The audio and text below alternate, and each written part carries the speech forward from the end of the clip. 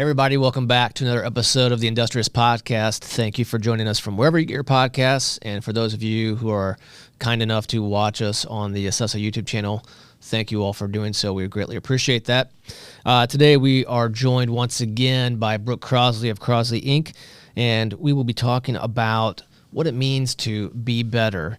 In many cases, it's not necessarily about being better or getting better. It's really about managing yourself. So stay tuned for all that Brooke has to share on this episode. And thanks again for watching. Also, if you happen to be watching on the Assessa YouTube channel and you've not hit that subscription button or the notification bell icon, shame on you. Please do so now. It will take 1 second and it is absolutely free. So please do that. We appreciate it.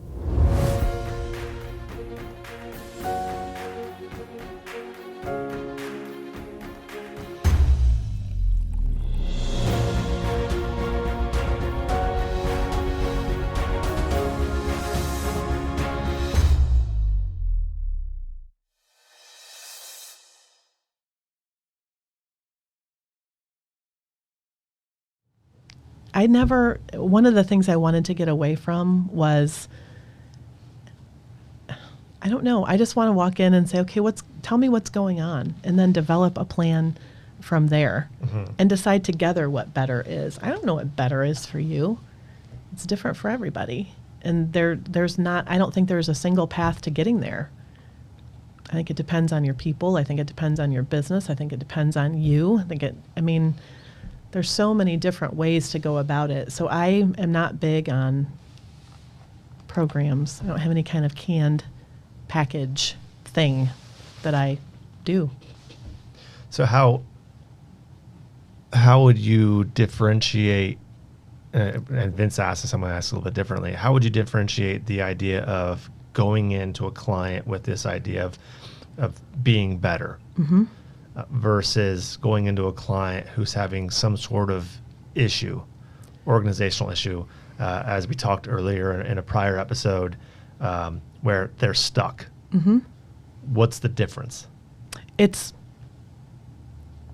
minuscule, the difference. I think sometimes people can't see being better if they're stuck. I don't want to feel like this anymore. I don't want it to be like this anymore. I don't want to have another quarter that looks like this. They can't even imagine that it could be better. They just want something different than what they have. So I think a lot of times it's having people in the right mindset to even talk about being better. And it's even asking them, so would this be better? It's like when you go to the eye doctor and they put the lenses on. It's like, is this better or this better? This or this? Which is better? It's sort of helping them design it themselves. Like I said, my favorite quote, help people draw their own conclusions because they will not argue with them later, If I say, Joe, you and I came up with this plan when I don't like it. Well, you and I came up with it. Yeah, you're right. It's not something I did to you. It's something we developed together. So asking for a friend, say things are firing on all cylinders. I mean, we always say you're never going to bat 1,000, but you're sure as hell going to try. So let's say things are firing on all cylinders. Things are going great. Last quarter was amazing. The quarter before that, your strategic plan is falling into place. And then someone says, but I want to be better. Why? How do you recognize what you don't need to be better? Things are going great. Whatever you're doing, whatever sauce you're mixing up, keep doing that. Right. How do you coach to that? I think it's why? What would better look like? And it's really, to me, in that situation, it's kind of like, what are you afraid of if you don't keep getting better? Because I have that disease. Fear of failure. Yeah, I have that disease. Well, if I change anything, even the stuff that I don't like or the things that don't feel good, maybe that's the thing, though. And if I give up that thing, well, shit. Like, what am I then, right? Because I'm a worker bee. I like to work. And so it's like, well, if I didn't work until 8 o'clock every Monday night, because I really don't like working every night, every Monday till 8 o'clock, but my whole business might fall apart. So better for me would be, can I look at my business and myself and the value I bring differently than, well, really, Brooke, the only reason you have a successful business is because you work until 8 o'clock every Monday night. That's so ridiculous when I just said that back to you. Right. Sometimes My job is just to sit back and repeat back to you, and you go, that's dumb. And I'm like, well, yeah, but you said it. Yeah, exactly. And it's a core. I mean, most of the things that scare us or that make us uncomfortable aren't rational or logical. I mean, when you really get down to it, it's like, well, I think my whole business is going to fall apart if I don't go into the office on a Saturday morning. The whole thing could just unravel and fall apart. And we all have those like illogical, crazy things that go through our heads. And so to me, be better is, what if we thought that less? Would that be better? Be like, yeah, that'd be great. Yeah. I mean, it's anti-ego to believe that we're all replaceable. And that things will, I mean, unless you are truly a single shingle, the business and the life around that business will go on if you aren't there. Even if you are, so I'm a single shingle. If I closed down today and my clients, if I didn't work with anybody, they'd find somebody else. Well, true. For your business. Yes. I mean, the real anti-ego, though, is if you're in a business where you've got an organizational structure and you say, okay, now you remove yourself from that. Yeah. Will the business truly crumble like a house of cards? Probably not. And that's good. Well, that's great. That means that you've truly created a successful business. Yes. And like I think when you don't have to be there is actually a that's healthy. badge of honor, not a black mark. Right. And I think logically, people that own businesses or run businesses know that. Emotionally, it's like, it's kind of like when your kids grow up. My son's 21. He doesn't need me for much of anything anymore. That's hard. Bar tab. Mhm. Yeah, exactly. Visa card. I did get the text yesterday. I'm going to Nashville this week. But part of me knows, like, I raised a healthy, functioning young man. That's good, right? Sucks. Yeah. I want him to call me and say, Mom, what do I do? Blah, blah, blah. Mom, I need you. Blah, blah, blah. But it's probably not going to happen. So it's the same. It's the same thing. Well, but maybe it's just phrased differently. Now we're going to going down a different path, but maybe it's just phrased differently, where he may say, well, he tells you what he's going to do or how he's going to approach something, and you're like, no, that's not the right. And that's where you can interject yourself if you want. Yeah. Or if you think he'll listen. Another good friend, another great piece of advice. He said it saved his marriage. He said whenever wife's name's Barb, whenever Barb comes home and starts talking to me, I'll time her out and say, do you want me to fix or do you want me just to listen? And so I started saying that with Jack, like, am I just listening or do you want mom to, like, or mom who owns a business to interject? And, usually he'll tell me. Right. Oh, yeah. Such a good question, though, because it's. I use that. There's a now retired family therapist in Indianapolis. His name was Terry Daniel. I know Terry Daniel. And he used to do always really good presentation of I'm blanking on the name of the book. This is where I need another mutual friend of ours, Mike Donahue, who has the sharpest memory ever. Yes. But the book talks about the line of accountability, being below the line or above the line. And Terry Daniel did a fantastic presentation around this. But that was his. Like, one of the key takeaways I took from one of his presentations was, just ask, do you want me to respond or just to stay quiet and listen? Yep. And now I'm like, I've been married to you for almost 20 years and I still don't know which one I'm supposed to do. So I'm just going to ask. Yeah. I've at least gotten smart enough to ask. It's a magical question. And it's another ego thing, right? Because, I mean, I'm a fixer by nature. I want to fix.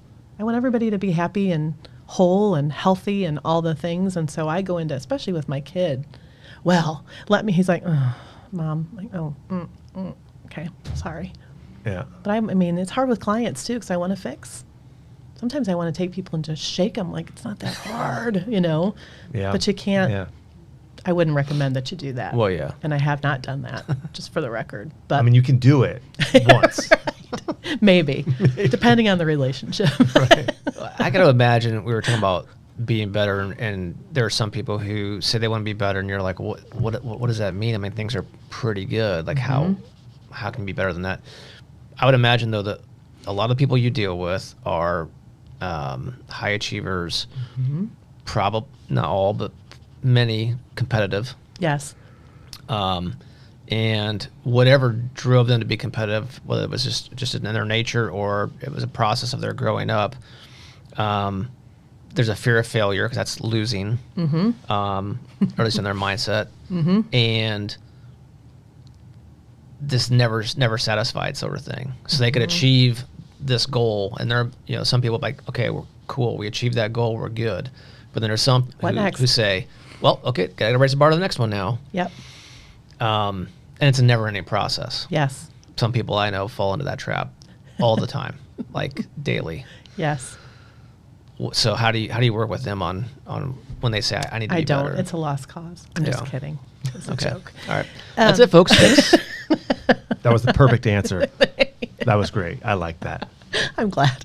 Well, I think, when you are heading up an organization, I like to ask a question so that's you. How does that help everybody? So it's how do we help the many and not just the few, right? And I think it's also,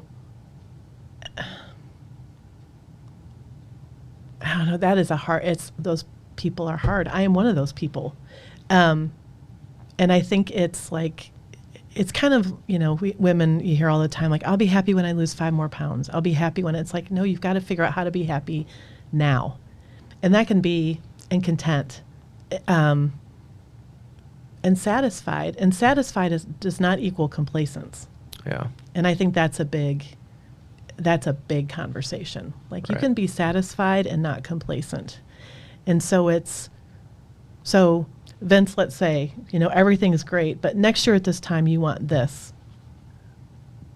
First of all, let's talk about why and what does that mean and why is that best for everybody, because you are responsible for a lot of people. And then what if you don't get there? What if you do get there? Talk to me about what life looks like, how you feel, what you're thinking, what's different than now. Right. Sometimes that's just the way you're wired. Some people are just wired that way. And it's not so much changing it, it's managing it. Yep. To me, it's all about management. Our personalities, what makes us tick, it's all about managing it. It's hard. It's hard being a grown-up.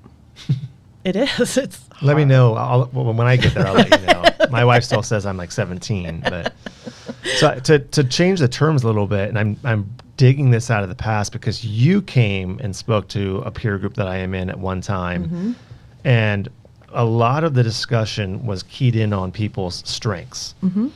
Not at an organizational level necessarily, although that certainly applies. Right. But at a personal level, what people bring to their work life, their personal life, again, how they're wired, and if they're able to determine what their strengths are and leverage those, the better they will be in whatever it is they're doing. Yes. However, there's a blind spot. So I'm just changing the terms of your answer you just gave. Where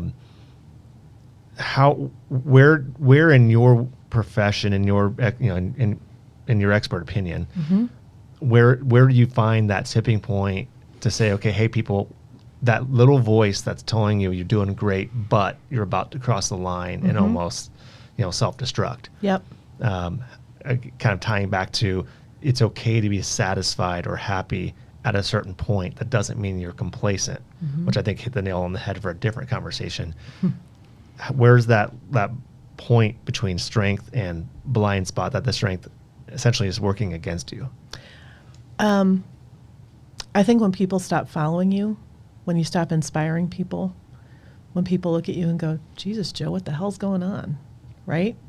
I think all of us know at our core when we're not in a good spot. But I really think it's, especially when you're part of an organization, part of a team, it's when you find yourself alone. People aren't following you. People don't want to hear what you have to say. People aren't listening. And when somebody tells you, this is why relationships are so important at work and especially, but you need somebody that pulls you aside and goes, what is wrong with you? You are acting like a jackass. Quit doing whatever you're doing. What is going on? You need somebody who's willing to do that. And sadly, my experience is in the workplace, a lot of people do not have that level of relationship, and that's why they get in trouble and they have, relationship damaging behavior and career damaging behavior because nobody wants to pull them aside and say, I'd rather go talk to Vince about how Joe's behaving than go talk to Joe. Triangulation. Yes, which is stupid. Yeah. playground stuff. You need someone when you go to 0 to 10. You need someone to come up and say, "You had me 0 to 8. We were all on board.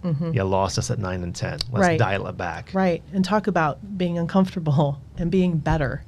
You know, sometimes being better is, how do I be better for other people? So I would wager that a large percentage of my business is helping people be better for other people. They're great people, but they're not willing to. You know what, Sue, you should probably go tell Joe what you just told me about how he showed up in that meeting. Oh, well, I can't talk to Joe about it. Well, then you shouldn't talk about it at all. If I don't have enough guts to talk to you about something that you did that didn't come off great, or that hurt my feelings or made me look bad, then it's probably not worth talking about. So it's kind of a rule when I work with groups, is if you're not willing to say it in here, it better not be said out there. Yeah. Because this is the practice field. This is where we get to make mistakes, where we get to fumble the ball, where we get to not know how to say something but know it needs to be said. All that cool stuff gets to happen in here. If it makes its way out there and you've not said it in here, we're going to have a problem. Mm-hmm. Sounds like you've said that a lot. I have. Because I'm imagining most clients, when they come to you, have some sort of predetermined thought that they want to talk to you about to be better in some capacity. Yes. Yeah. And it's usually, it's funny, it's really not me be better. It's, how do I make Vince be better? Like, everything's great for me, but man, things would be really great if Vince would pull his head out and like get his stuff together. You have a bigger notebook. I can give you some starting thoughts as the younger brother. I think I hit a nerve. Or it's all good. But people, it's interesting. One of the reasons I started doing leadership stuff at all was that people would bring me in for sales training or sales coaching. And at one point it would become evident that the person that brought me in was the problem. So I can give you all the tools, we can work on behaviors, we can plan, we can strategize, all the things, but eventually it gets to whoever the leader is and how they think, how they behave. And so I thought, well, I need to be able to get to those people because I can only do so much. There's a ceiling on this if I don't get to that person. So I started doing leadership stuff. So I'm like, can I talk to you for a second about some things I think we could work on that would make all of them better? Yeah. So a lot of times be better is under the guise of I'd like to be better, but really it's, can you fix everybody else so I don't have to do the work, so I don't have to be uncomfortable? Right. So the leadership exercises you were just kind of referencing, any particular ones that you use often, that you see repeated at numerous places that seem to have the best traction, if you will? It's kind of the above the line, below the line thing. You know, people want to control everything. And really all you can control is you. I mean, it really is it. So I will just keep asking the question, but what could you do? Well, if Vince would blah, blah, blah, and Joe would blah, blah, blah, but what could you do? I mean, that really, just asking that one question. Right. And it's obnoxious as hell, and people get really testy with it. I didn't bring you in here to talk about, I want to figure out how to blah, blah, blah. And it's like, well, you don't have control over those people. You have control over you. And how you chose to show up didn't work. So we're going to talk about that.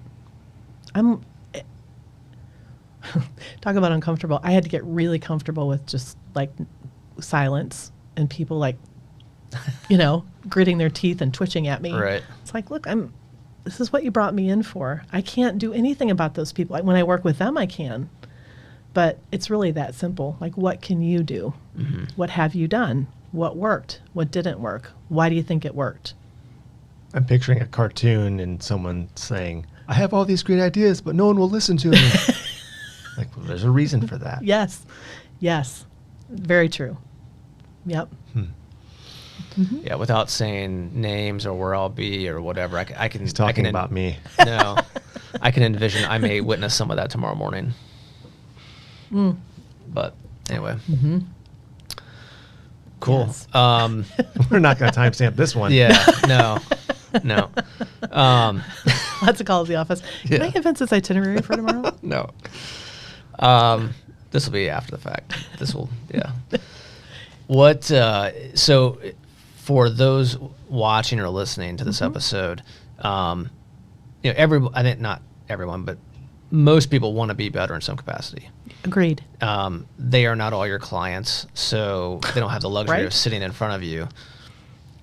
Are there any little basic things they could work on? I mean, you talked about the sitting alone for an hour, which sounds very simple in theory, but after 5 minutes, people are like, "Oh my God, are we there yet?" And it's like, "No, you're only 5 minutes in." Yep.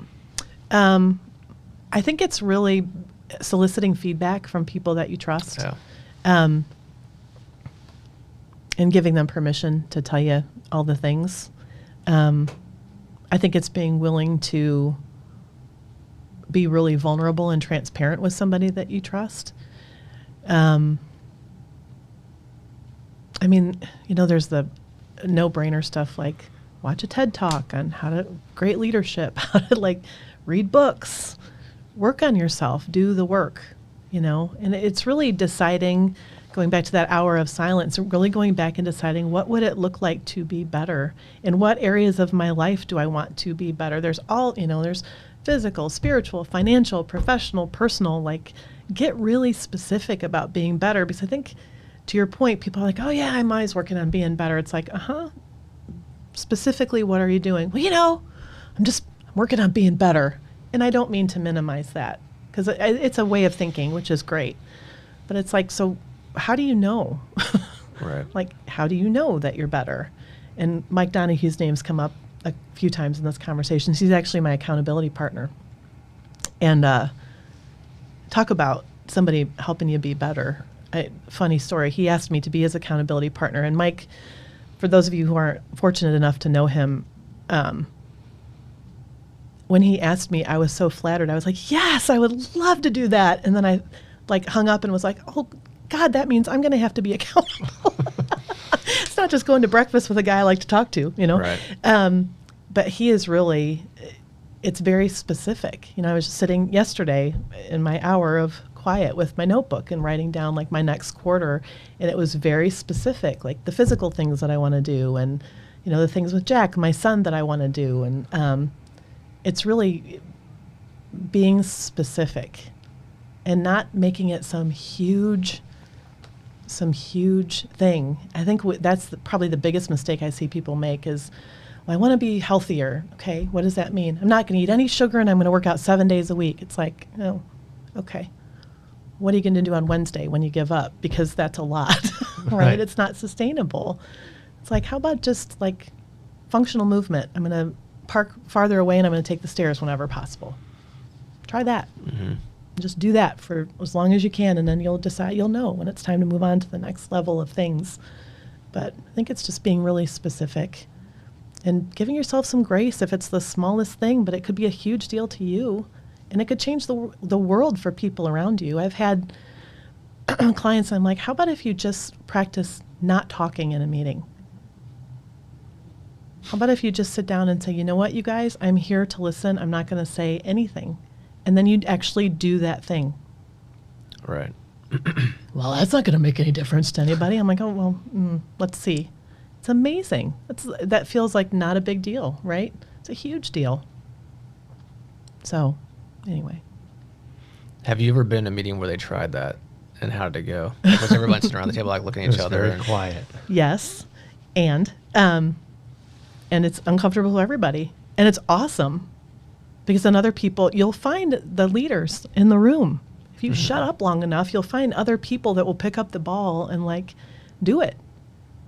Or you'll find somebody who, has a great sense of humor that makes a joke about it and breaks the ice, and then everything starts to roll. And sometimes it's miserable. And that says a lot. If a meeting can't happen because you're not talking, something is not healthy inside your organization. It says a lot. So yeah, been there, done that. Should make a t-shirt. Cool. Top 5 BeBetters.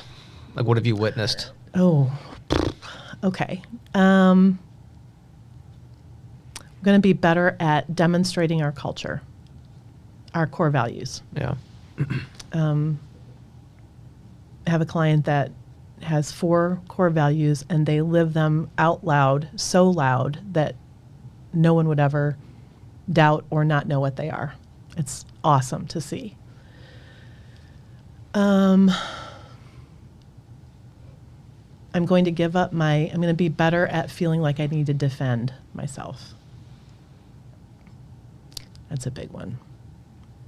Coming from defense is really not a great leadership skill. 5. The whole not talking as much. Like, I'm going to give other people a chance to participate. I'm going to be better at asking if I should fix or listen. That's a life changer. That's a relationship changer. And probably the one I'm working on all the time is I'm going to be better at my reactivity, my emotional reactivity. I'm going to give it a second and think about it again and decide if it's really as awfulized as I've made it all out to be. I'm just going to insert one of my favorite quotes here. True freedom lies in the pause between stimulus and response. And then So true. Secondarily, you just said, I'm not going to awfulize. I had that conversation with a team member last week, and he was venting for a while, and he had worked himself up, and my response was, you're just doing a lot of awfulizing right now. It's not going to happen that way. Right. And then there's just silence on the other end of the line. And then his response was, yeah, you're probably right. Mm-hmm. I'm like, I'm not saying I'm right. I'm just saying give it a chance to play out before you build up this result or outcome of a conversation you haven't even had yet. Yep. And then thankfully for me, he had the conversation and it was a pretty good outcome. Good. So I didn't have to say, told you so. It wasn't that kind of a moment, but it was a chance to say, boy, like you worked up all this negative angst and all this stomach acid before you even had the conversation. Mm-hmm. Just give both outcomes a chance, and then maybe focus on visualize a positive outcome, and generally when you visualize that, they tend to come true. Yeah. Well, something I work on myself and I encourage other people to work on is really think the best of people. People tend to rise to the opinion you have of them. So think the best of people. A lot of the awfulization that happens in my brain is because I have villainized people who I love, like think the world of and hang out with, and I think, what am I doing? I know that they're not like that and they don't think that way, and why am I doing that? So that's really something I'm trying to be better at. Well, that's a good way to end this convo. Thank you. Thanks for coming back. Thank you. Appreciate it. Feels like I never left. There you go. And thank all you guys for listening to this episode of the Industrious Podcast. Thank you for tuning in from wherever you get your podcasts, or if you guys happen to be watching on the Assessa YouTube channel, thank you for viewing. Don't forget, guys, really think about all the stuff that Brooke shared with us today, and always be industrious.